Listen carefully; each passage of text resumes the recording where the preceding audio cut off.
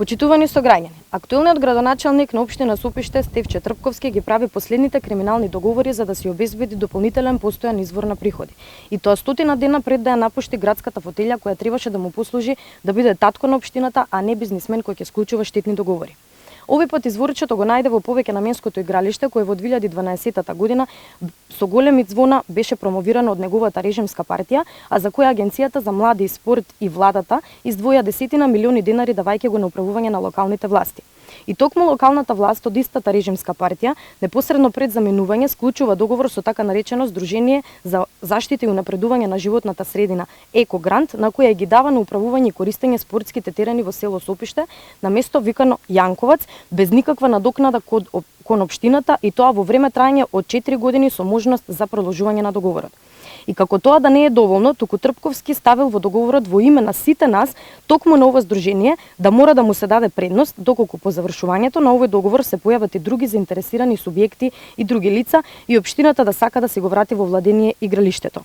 Меѓу бенефитите кои ги добива ова здружение е закажувањето термин за користење на терените од страна на правни и физички лица кои за тоа ќе плаќаат надомест.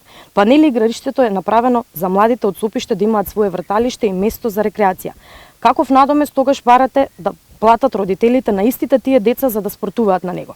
При тоа надоместокот кој што се бара е без конкретен тарифник, туку во вид на така наречени донации. Зошто токму донации? Затоа што тие се најчестиот начин да се соберат средства, а никој да не ја знае конкретно исплатената сума. Која е обврската на здружението кое лапа еден ваков колач финансиран од државата за добробит на населението? Е така нареченото здружение ќе треба да одреди само паркинг место за посетители и да постави корпи за отпад. Толку. Нели е тоа обврска на општината? Очигледно за Трпковски не е, но затоа пак потрошената електрична енергија и водоснабдувањето тој шерифски ги презема како обврски на општината, а ја става на располагање и општинската механизација за уредување на просторот до терените за фудбал и теренското игралиште. Иронично. Екогрант ќе газдува, а општината ќе му дава ресурси и ќе му ги плаќа сметките. Истиот тој Трпковски, кој неодамна по бројните реакции на жителите на Сопиште во дневните весници, дека игралиштето и просторот околу него прераснаа во депонија, а не во место за играње на нивните деца, ги уверуваше медиумите дека редовно се грижи за хигиената преку јавното комунално предпријатие Сопиште, а за состојбата ги обвини несовесните граѓани од општината. Со овој договор покажува колку е неспособен да си го среди сопствениот двор. Во склучениот договор тој се обврзува заедно со Екогрант да си помагаат во наводното расчистување на овие депонии. Како тоа да си помагаат? Без при тоа да се знае точно кој каква обврска презема и кој плаќа пенали доколку не ја изврши. Чија обврска се депониите? На некое си здружение или на општината во чии рамки постои комунално предпријатие за чии услуги плаќаат жителите на Сопиште? И зошто некој кој со договор има само права, но не и обврски, би го засегала нечистотијата во општината и благосостојбата на незините жители? И уште нешто. Во договорот стои дека доколку случајно дојде до предвремено одземање на спортските терени порано од предвидениот временски период од 4 години, згора на се општината Сопиште е таа која се обврзува да плати надомест на Екогрант за инвестираните средства за одржување на просторот.